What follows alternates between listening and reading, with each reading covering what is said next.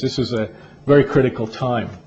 And the music business was a terrible one to be involved in. You know, there's very little reward, economically speaking. We had a beautiful studio at 75 Sherborne. I did an album for Max Webster, you know, people like that. It was really neat. But what was happening is everybody was growing up, because we were a young group, which is also the serendipity part of it, where you sort of find yourself. A lot of our clients at Capitol Records or Anthem or wherever were also kind of going, oh, this music business, you know, it's just so unstable. So they were moving over to the corporate world to work for Harding Carpets or to Inglis Appliances, very, you know, retail-oriented types of clients. So they basically took us with them, so that we evolved from being simply a pure entertainment business based firm to one that was starting to do work for what we thought of as corporations in the retail and marketing sector. Like everybody, we decided to name ourselves like we were a law firm. And there were 5 principles. That's where the 50 Fingers name originally came from.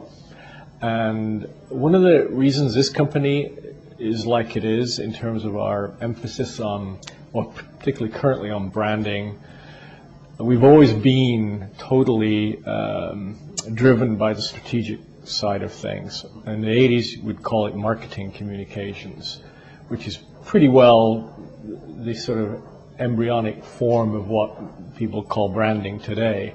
We just took seriously the whole aspect of what we were doing was for a reason, and there was a lot of strategic work that needed to support what you were doing.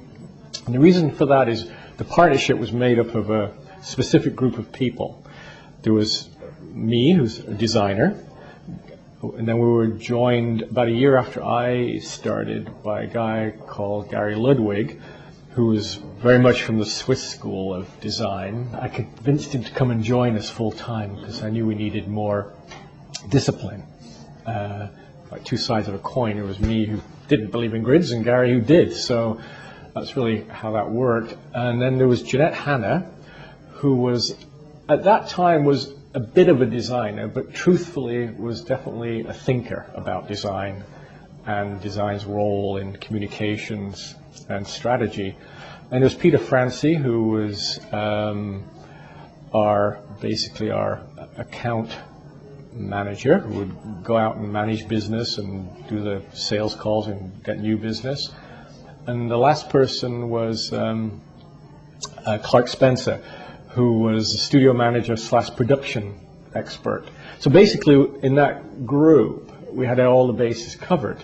So going forward there was no tilt one way or the other, so that each discipline could grow from its own set of expertises.